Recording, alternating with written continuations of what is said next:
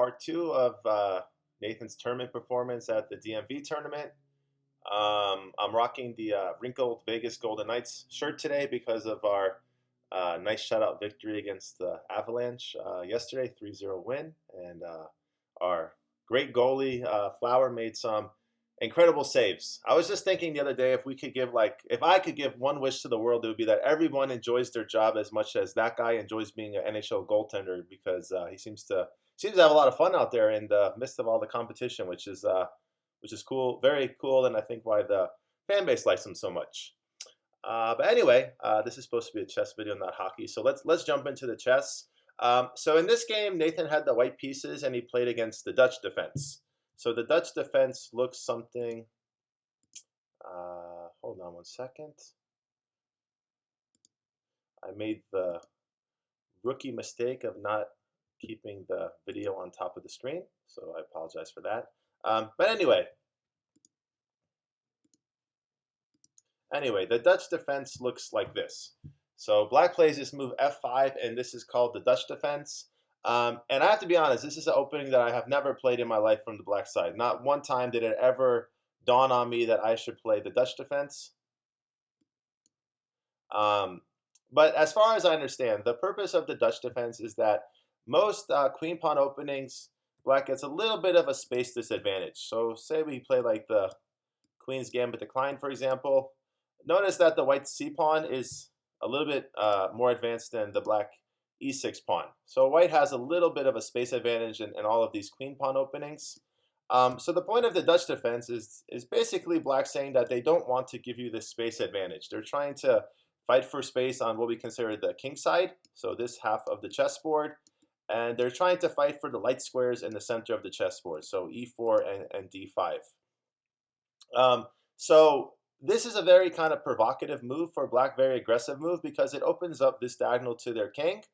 And I've seen a lot of games where even very positional players go for what's called the Staunton gambit here. So they play this move e4.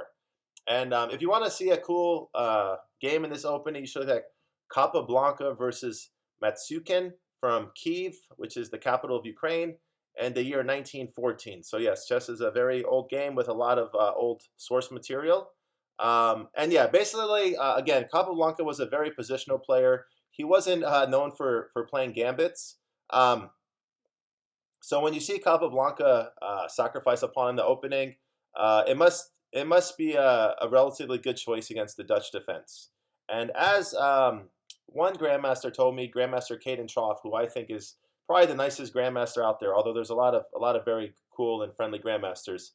He told me that in order to play well positionally, sometimes you have to play well tactically. So I think this is an example of that. So Capablanca went for a very tactical approach to play good positional chess. And basically how this opening goes is you play knight c3 and black plays knight f6. You might be wondering why they don't play d5 here.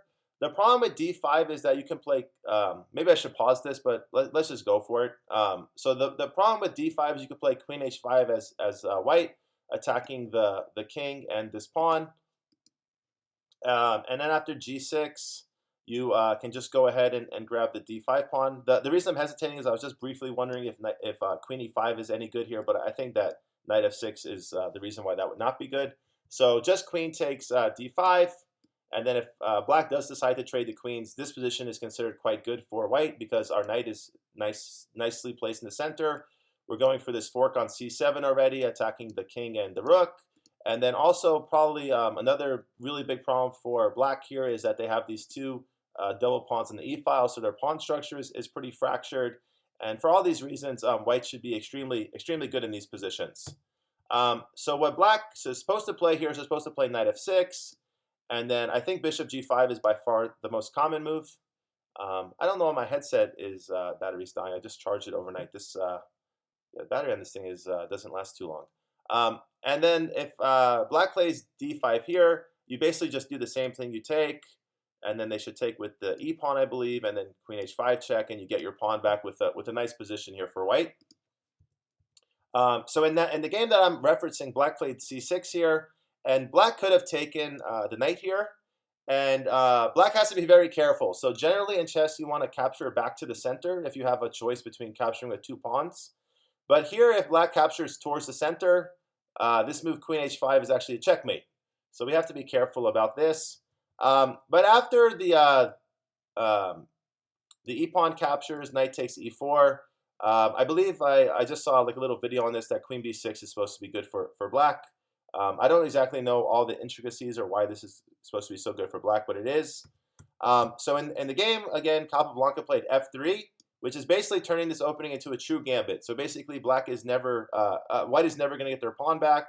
So we had take, and I think it went e6, I believe. Knight here, and then knight e5, and then at this point, for players who are more experienced in chess, you could just kind of feel this is a very nice setup for the white pieces. Like we have our bishop aiming for this g6 square, giving a check, and we also have our queen aiming for the h5 square. So basically, like these knights are kind of stuck where they're at right now. And white has like even opportunities to maybe like capture on e5 and then even sacrifice with a rook, like all kinds of interesting sacrifices here. So yeah, you can just kind of feel that the white position is much easier to play. We have our rook on the only open file on the chessboard, and every single one of the white minor pieces is on very good squares. Maybe the knight on c3 is not doing anything so aggressive at the moment, but it's nice and developed, and eventually it's going to find a pretty good square. Maybe like e2 to f4 comes to mind. Maybe we just kind of leave the knight here and kind of wait to see if the position can open up. So all the white pieces are on very good squares, and meanwhile black has this bad light square bishop, and they still have to develop their dark square bishop in order to castle, which is going to take some time as well. So if you are interested in this game, again, it's Capablanca versus Matsyukin. I think it's Matyssukin, and it's from 1914 in Kiev. This game went a bit differently than that game. So here Nathan went with c4, which is also perfectly logical. And I mention this every video just because I really want to make sure that the kids understand this concept. We're supposed to play c4 and then play our knight behind the c-pawn to get maximum pressure on the d5 square. So here we have here. There's two main choices for black in the Dutch defense. So I'll just kind of give some normal developing moves here. So this would be called the stonewall defense. So let's say we have something like this. And this is one very popular way to play the Dutch. So basically, this pawn structure is very, very difficult for white to break through. Like these pawns just do a very good job of controlling the light squares. And so for that reason, the only problem piece for black is going to be their light square bishop, because normally the bishop that's on the same color as your pawns in the center is going to be your weak bishop, especially if that bishop is inside of what we call your pawn chain. So here we have this little pawn chain here, and the bishop is inside the pawn chain because it's not like on, if it was on like the g4 square, we'd say it's outside the pawn chain. But right now this bishop is clearly inside the pawn chain. So one strategy that I've seen black play in a lot of these positions, and it's usually a gradual maneuver, it takes some time, but typically they play some maneuver like bishop d7, bishop e8, and then try to get their bishop to h5. Because if if black is able to get rid of their light square bishop, all of their other pieces are going to be good, and black should have a pretty good position then. Because there's like a saying in chess that your position is only good as your weakest piece, and right now this light square bishop is a very weak piece for black. So my guess is that the way that, again, I'm not really an expert in this opening, but one way that white might try to stop this is by putting the bishop on e2, and the queen on d1, and just putting more attackers than defenders on the h5 square. And this way we do our best to try to keep this bishop passive, because once this piece gets active, or even gets traded off for our light square bishop, black should be doing quite well here. So anyway, and the other choice here is what's called the Leningrad Dutch. So Leningrad Dutch, typically we play, it's more like a King's Indian defense, where we already put our pawn on f5. And the reason why this is nice for black is because typically in the King's Indian defense, we have to move our knight against, like, let's say h5 or even e8 if we want to push our f pawn, which is like one of the most common ideas in the King's Indian defense. But in this opening, your pawn is already on f5, so you don't have to kind of take time to reroute your knight. And the way that this opening would look, it goes something like this. I think we played g6 here. So again, I'm not really an expert in this opening. But let's just say we have some position like this. And basically some ideas of like queen e8 followed by e5. And then eventually you're going to just start like pushing the pawns on the king side, and your queen can sort of go to g6 or h5 and put a lot of pressure on the white king here. So yeah, this is what we call the Dutch Leningrad, which is a very aggressive system for black. All right, but let's actually get to Nathan's game. Let's actually jump into the game now. So Nathan played g3, which is also very principled. So the purpose of this move is to fianchetto your bishop and fight for the light squares in the center of the chessboard, which is quite good. So here we have g6, and it looks like they're going for a Leningrad setup. So knight f3. For some reason, like, I'm sure knight f3 is an opening move. For some reason, I just thought that like knight c3 and then at least like try to get this move e4 in was more principled. Because one type of setup you can try to go for when you have this fianchettoed bishop is you might consider putting this knight on the e2 square so that it doesn't interfere with this bishop. The drawback, of course, of putting your knight on e2 versus f3 is that from e2 you don't have any control of the e5 square with your knight, and from f3 you do. But the benefits are that, again, with the knight on e2, your light square bishop doesn't have anything obstructing it, and it gets more scope.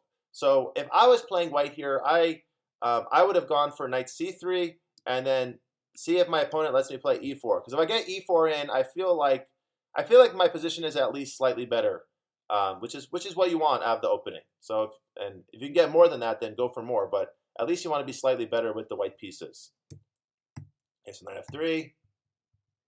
Okay.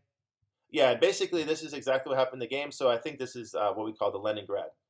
And then I'm not that familiar with this move c6. I'm guessing the point is that after bishop takes, they don't want to take back with the pawn. So let's just make some random move here. So I guess they were a little bit worried about this idea. So attacking the bishop and the c7 pawn. So that must be the reason behind this c6 move. d5. I don't care for d5 that much. d5 strikes me as a bit too aggressive. I, again, would probably play just a natural developing move, queen d2, try to stop my opponent from ever pushing h6, and then also let my rooks get connected. I'm not 100% sure what the idea is behind d5. It feels just a little too much in my opinion. Yeah, notice now that the kingside pawns are kind of storming up the chessboard for black, which I believe is the idea behind this entire opening. So on first glance, right, this move could be a really bad move actually. But on first glance, it feels like I want to play something like h4 and try to soften up these pawns a little bit. That's my first instinct. But tactically, like, I don't know if this works. Like, I don't know if this is at all. I actually have no idea who would be better in this position. But this is my first instinct. Go for something like this. I don't know. My guess is that black should be fine here, but I feel like white is a little bit better developed, or a lot better developed, because these pieces haven't moved yet. And I'm just wondering, like, on a good day, if I could play something like king f2 and rook h1 and really try to go after the black king here. But I'm not sure. As long as your opponent has this dark square bishop that can drop back to g7, I assume that their king should be more than safe here. And I also don't think this line is forced. Like, I don't think we have to take here. Maybe even just like g4 is possible, and then play like h4. So I'm not 100% sure it's if h4 would work here. But I do feel like we have to kind of deal with the space advantage that black has on the king side at some point. So e4, yeah, and they just kind of give away the pawn here and just go for activity. So yeah, so okay, so this idea didn't work tactically for white because we have this nasty discovery attack. So basically, after we capture here, this move was not really possible because they can capture. Probably Nathan was banking on this queen g3, this in-between move, and might have missed that the bishop can drop back. Not 100% sure. I'm curious how much time he took on this move. Yeah, so again, like, Nathan just played this move instantly. And like I'm more critical, to be honest, of the time management than the moves. Like everybody makes mistakes, everybody blunders, but like instantly blundering, like making a move instantly, that's not correct. And when you have 26 minutes on the clock, this is where Nathan's growth is going to come from. So the chess talent is there. There's no question about that. But just as far as like the managing your time well, um, making sure you're using your time to make the best decisions, stuff like that is going to take time, especially because we have a lot of students who like to play so much bullet chess and very quick time controls, which I never grew up playing bullet chess. I never even thought about playing 1 minute chess games. I started to play some recently. I don't know why, just maybe for fun, and I guess that's probably why the kids do it as well. But as far as like when you have these longer time controls, I think you're developing some bad habits if you're always playing like in that bullet mindset where you have to make your moves instantly. Like there's basically, I guess there's what, like a 5 second or 10 second increment. So basically, Nathan actually picked up time on this move. So he went from I guess my headset died. Okay, hopefully everyone can hear me. Um, hmm. All right, super weird. Yeah, I charged the headset like overnight, so no.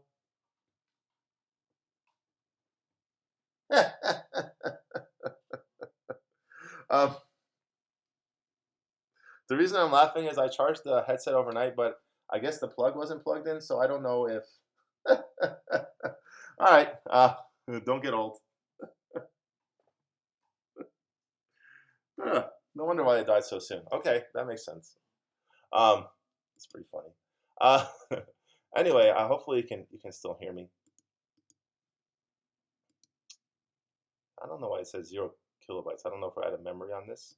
But anyway, so yeah, this move just kind of loses a piece, and because we have this discovered check, right, or discovered attack on our queen, which Black found very quickly. And yeah, now we're just down a piece here, so it's not very much fun to play chess down a piece. And I don't know about this move. It's probably fine. My hunch is that maybe bishop f. Oops, sorry about that. My hunch is that bishop f5 might have been a little bit more accurate. I don't really understand the point of this move. I guess they want to play queen h5 and bishop g4, so I guess that was the point. And yeah, again, the mouse is extremely sensitive on the lead chess analysis board. So queen h5, take, okay, knight there. But I don't know where the knight's going. Like the knight is never really going to get to f5 or g6. Well, maybe it will get to g6, but um, yeah, I don't know. So queen e5, queen g6, and then notice that Black is just playing like very simple. They're up a piece, so they're just trying to trade the queens off. Yeah, and they don't mind trades, right? Every time you simplify, it's better for the black side here since they're up material. And I like to use like kind of the basketball analogy, right? Think if you were, or any sport that you know, say you're playing soccer or anything or hockey. Like if you could play like 5 people versus 4 people, that would be like a big advantage. But if you play like 2 people versus one person or like one person versus zero, that would be even bigger advantage. So that's kind of the concept of why you want to simplify. Every time you simplify an even piece, you're just making your advantage more and more noticeable. Okay, rook e8. And then yeah, I like this kind of trick from Nathan trying to induce Black to take the B pawn to open up the B file. So I thought this was a very very smart decision. But it just yeah, they're just down too much material. So I think that they were smart to avoid maybe C5 because C5 opens up this diagonal. So you have to be careful. I think like this move Rook C7 for example just wins material for White. So they did a good job of not falling for that trick, which could have been very easy to fall into. Okay. And yeah, I remember when I was looking at this game, this move like knight b4 just has to be crushing. So I think Black missed the opportunity. Um, I guess we have this possibility, and I guess we're still kind of hanging in there. But I mean, this should be completely dominating for Black. Like I think Rook f8, just attacking the f2 pawn, and if we defend it, we just attack it again, and guess we could try to defend again. But yeah, basically all the white pieces are paralyzed. They're all just defending this pawn. And meanwhile, there should be a lot of different winning options for black here. Probably just get the king more active. And again, like this pawn can't really move. The king can't move away from the f2 pawn or it's going to fall. So yeah, I mean, and then also we can also just start marching our a pawn up the chessboard. If we can get our a pawn to a3, that will be a very active square for our pawn. So yeah, I think that this would have been a good way for black to handle the position. Okay, rook there right away. F3. Okay. Okay, so knight b4 did come eventually. And it looks like Nathan did miss bishop d5, which I think was the only move to avoid losing material. It's still completely lost for white here already. Okay, and then yeah, Nathan threw in the towel here. So yeah, so I think that my impression of this game is that Nathan was a bit unfamiliar with the Dutch defense, which is fine. It's probably not an opening he's seen all that often. So you learn how to deal with these openings the more you face them, which is why you need to compete in these type of tournaments, because you have to learn what to do when players like know these systems and how to kind of fight back against them. And then also the one thing that really kind of jumps out to me was this just like instant queen takes f4 move. So I assume that here black is probably already in a decent position, but we took their position from decent to just kind of absolutely winning after queen takes f4, and I've never seen really Nathan be in any kind of time pressure and any substantial time control. So why not take a little bit more time here and really try to find the best move for white here. And just off the top of my head, like I like this move king h1 a lot, and just try to move my rook to the open g file and try to put pressure on my opponent's king. As long as we have our light square bishop on this diagonal, our king should be very safe on this h1 square. So that would probably be my first impression. And yeah, at some point, like maybe this pawn is just a weakness, and maybe we take advantage of that. I assume that black's going to try to play e5 at some point. I think that might be a reasonable plan for black here. But there's probably other ideas in this opening. Like maybe they just play bishop g4 anyway, and then like knight here and try to put a knight on e5, or maybe they just go knight here right away and knight e5. So lots of different plans for black here. So yeah, just that's my impression. So let's go on to the last game. So we have one more game to look at, and then that will conclude our analysis of Nathan's tournament. So this one, it was round 4. Nathan had the black pieces. He's playing a 1950 lead chess rated player. And when you see the question mark, it just means they haven't played that many games on the website. So it's possible that the players are either overrated or underrated by quite a bit. But if they got to 1950, they're probably a good chess player. So anyway, so b4, this is called the Polish opening, and I don't know. I don't think this is a very good opening, but the point of this opening is you're going to put the bishop on this long diagonal, and they push the pawn to b4 instead of b3 in case you put your knight on c6 at some point, and then they play b5 and attack your pawn. You want to look for the drawbacks of your opponent's move. So one obvious difference I'd say between b3 and b4 is that the c4 square is weakened. So when your opponent plays like these very aggressive openings, you have to kind of take advantage of what they call the space they leave behind. And yeah, I'm not even scrolling at all. I promise you, I'm not. Like now I'm scrolling. Like now I can understand. But before I'm just like nothing. It's just like I'm touching the right mouse button, and it just scrolls ahead like 5 moves. So yeah, I never had that happen on chess.com. Anyway, so b4, e5, bishop b2. And the funny thing about this opening, which is very interesting, is that it's really the only opening I can think of where this move f6 is a good move for black. So I always tell my students, like, just don't even think about f6 as a move. It's almost always a terrible move. But this is the one opening where that might be an exception, where you can play f6 and then have a decent position. So I think after knight f6, this kind of is what white is hoping for, because basically white is getting a central pawn for a wing pawn. So not all pawns are the same, right? The pawns that are in this center of the chessboard are a bit stronger than the wing pawns. So white is saying that they're off to a bit of an advantage already. And then here they played knight c3, which doesn't strike me as correct because they're kind of blocking the retreat for the bishop. So Um, I've also never played the Polish Open just because why would anyone play this? But I can't imagine that knight c3. It just feels completely wrong to me. Um, Maybe some idea of like a3, picking up a tempo on the bishop feels more correct, or c3 with the same idea, or just a normal developing move like here. Also, like e3 at some point to get the bishop developed seems logical, but yeah, knight c3 does not strike me as being correct at all. So castle here. Okay, so we pick up this tempo. And yeah, now the bishop goes to f4, which, normally wouldn't be such a big deal. But when we kind of open up this diagonal, it feels like, the bishop doesn't belong on f4. It feels like it should remain on the long diagonal here. So I don't really get what the last few moves for white.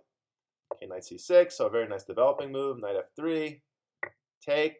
And one thing I noticed on Nathan's chess is that he is very willing to give up his bishop for knight to kind of create some weak pawns in his opponent's position. And this is a very double-edged decision. So we do create the weakness that we want. And here it's like a pretty noticeable weakness because not only they isolated double pawns, but they're also isolated, meaning there's no pawns on the B or the D file to protect them. But we are opening up the position, and our opponent does have the bishop pair. So I don't know. Knight takes c3, or bishop takes c3 is a very interesting decision here. Okay, so bishop e6, bishop d3, okay, knight d5. So very nice job picking up a tempo or hitting the bishop and the pawn here. So bishop g5, queen d7. So here I would assume, I gotta think that f6 is a perfectly fine move for black here. Because here we just pick up the tempo, and then we hit the c3 pawn. So I guess my fear would be is if we capture here, I guess they have ideas of like bishop takes here, and then queen d3 check, and then I guess they get the knight back, and maybe our king's a bit airy now that we moved the f pawn. So I don't know. Maybe queen d7 was also good. But any event, we force our opponent's bishop to move, and we're improving our queen at the same time. So I think this knight d5 move was a nice inclusion by Nathan. Then we had c4 and knight b6. And I think this next few moves from Nathan were extremely instructive. So he identified this weak c4 pawn. He's putting pressure on it, and he does a very good job of winning this pawn. And we talked about in chess class about positional play. And I think this is like a clear example of a very good positional play from Nathan here. So queen e2, knight a5. And yeah, we just keep attacking the pawn. I was expecting white to play knight d2 here to defend the pawn again, but I'm assuming Nathan is either going to play queen c6, which maybe runs into bishop e4. So maybe he was going to play queen a4 here, which looks to be maybe a better way to try to win the c4 pawn here. Because now bishop e4. Yeah, I think we just take. With our b knight because we have the a knight protecting our b7 pawn, and yeah, I think we're doing quite well here as black. So they played knight to d4, which I was a bit surprised about. Bishop takes. And not only do we win this pawn, but one thing that we talked about in chess class also is that when you do eventually capture the weakness you created, sometimes the rest of your opponent's position kind of falls apart. Because here we'd really like to trade off the light square bishops anyway, because we don't want to just let our opponent have the bishop pair. And also this bishop does a little bit of not a little bit, maybe like a lot of bit of a good job of kind of putting some pressure on our king side. So getting the opportunity to trade off the light square bishops looks like a very nice idea for black here. The only thing that I would be a little bit concerned with black is that maybe our knights are slightly misplaced and it might take them time to kind of reroute to the center. But I think our position is safe enough and our extra pawn is good enough that we should have time to accomplish that. So here, take, h6, picking up the tempo, nice. Knight c6. Knight c6 is fine. I would have also been tempted to play knight here, and then maybe with the idea of knight e5, attacking the queen. But knight c6 also seems like a logical way to trade off some pieces. Knight f5. And yeah, knight on f5 is a very annoying piece to deal with. So whenever your opponent kind of gets their knight to this square, it's known for being a very good attacking piece. So I really like Nathan's decision to try to trade off that knight. And when I was looking at this game before, I was really wondering if White had any sacrifices on h6 because it feels like if you don't have any like sacrifices on h6 that that your position is just terrible as White. So I was wondering if something like this would work, but I concluded that I don't think anything is really happening here. Because after, let's say we do move the rook, I would suggest, let's say queen here. We do have this move queen f5, and I think we're really out of danger here. They can take on b7, but I don't know. I think our pieces are active enough, and we are still up a pawn here that I would prefer playing the black side here. And it feels like, right, we have maybe moves like knight d5, maybe rook e, well, not, yeah, rook e6 because we have this knight protecting our a8 rook. So it feels like the black pieces should get really active very quickly in this position. So anyway, they didn't go for this sacrifice, though. They went for knight g3. And yeah, after this, I felt very confident that Nathan should convert this position. I didn't even really know what I didn't know what White was doing with these last two knight moves. Like there shouldn't be any attack coming on the g7 square, so I really didn't get it. This move I didn't understand from Nathan. I really didn't like this move. I would have preferred just getting the rook to the e file, and maybe some move like d5 and c6 to strengthen our structure in the center of the chessboard. Yeah, knight. I'm really struggling to kind of even see. Oh, well, okay, now I remember what happened. So basically, White just blundered very quickly after this move. So they sort of made this knight a4 move look like a genius move, but I don't think it should have been such a strong move, to be honest. Basically, if they play any other move besides this, I think the knight is sort of misplaced. I guess maybe Nathan wants to bring the knight back to c5, but from there, I don't know. It feels like a slow plan in my opinion. Here, yeah. So knight b2, picking up the exchange here is very nice, of course. Okay, so threatening a checkmate and one move here. And Nathan found a very good resource here. So queen g4 I thought was an excellent move here. My first instinct would have just been to move the pawn somewhere and block the diagonal, and then also have your queen protect on this square. I don't know. Maybe Nathan was a bit worried about this idea. I'm not sure. But I think this would also be quite good for black. But maybe this is what Nathan was concerned about. So he went for this really interesting move, queen g4, which again, I like this move a bunch.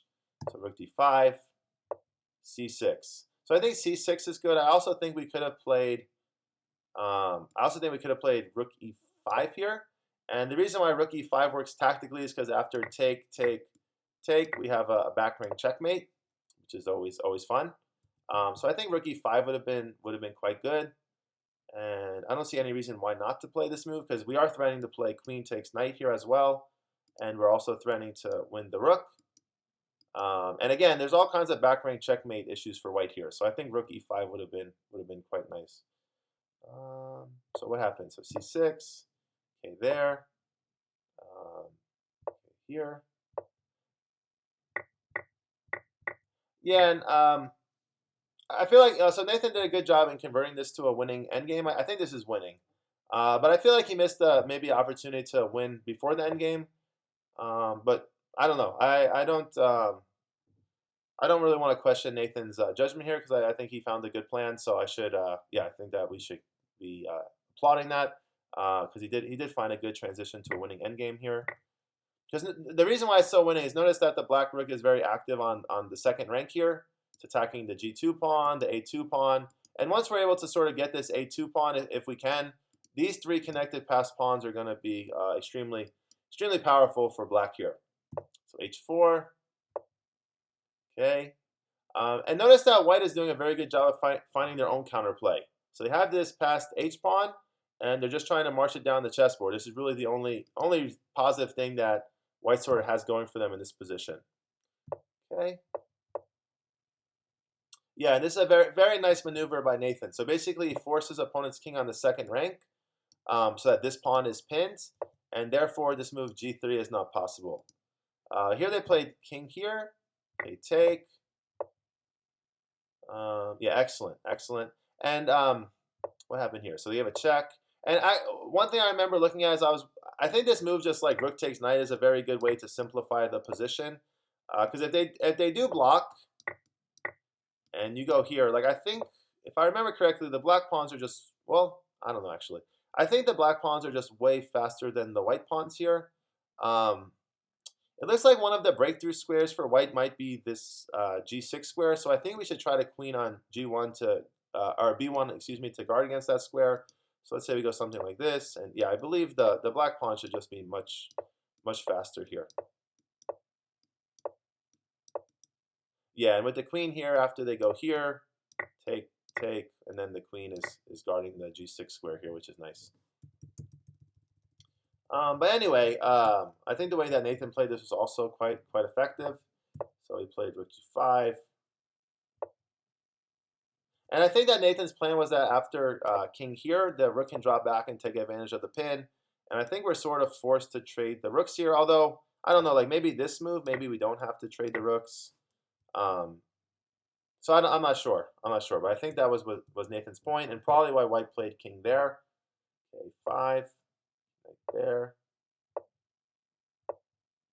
Yeah, and I like this move a bunch. Like, try to simplify the position. And yeah, here we also could have just gone for this and just basically gave up everything. Or not gave up everything, but what I'm trying to say is basically the black pawns are going to be faster than the white pawns here. So this was one possibility. This was another possibility, and then yeah, the h pawn sort of runs pretty quickly. Yeah, and I like Nathan's idea of simplifying here. And this is always tricky, right? These 3 pawns is always a bit tricky. I was really surprised about h7 here. I would have thought they would play g5, and I'm guessing Nathan was going to play queen to e8 check here and try to kind of evict the king away from the position. So I thought this might be the plan, something like this, and this should also be easily winning for black here. So yeah, I was surprised when white played h7 here. That just seemed to be like a very easy way for black to kind of conclude the chess game here.